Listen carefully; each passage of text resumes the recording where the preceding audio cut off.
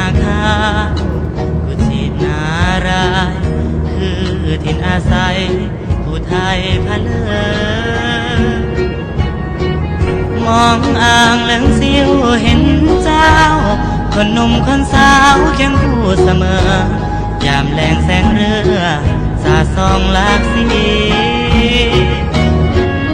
สายลมแก่คลาวทิวเขาทอดยานั้นผู้พาพึงต้องแลตาลึงความงามที่มีซากดึกดำบรรพ์ล้ำค่า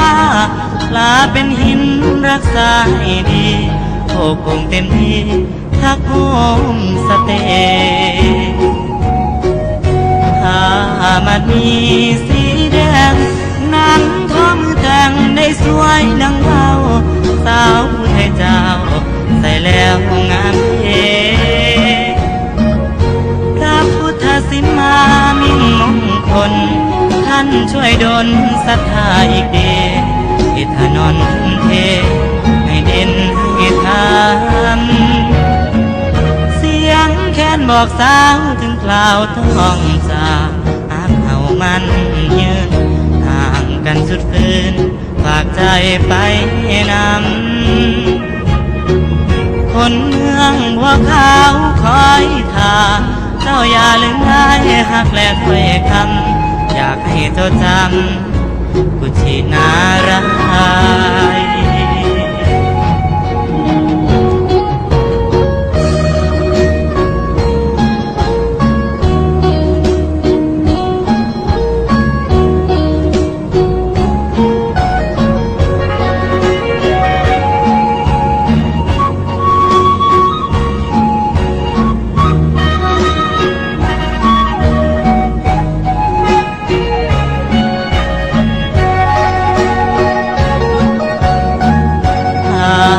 มันมี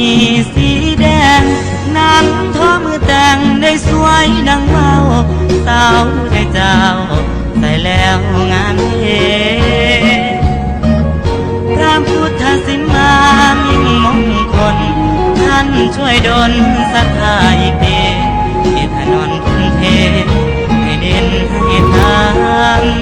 ำเสียงแค้นบอกสาวถึงคราวต้องจากเขามันยืน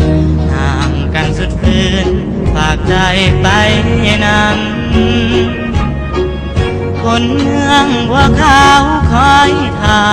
เจ้าอย่าลืมง่ายหักและถ้อยคำอยากให้จดจำกุชินาราย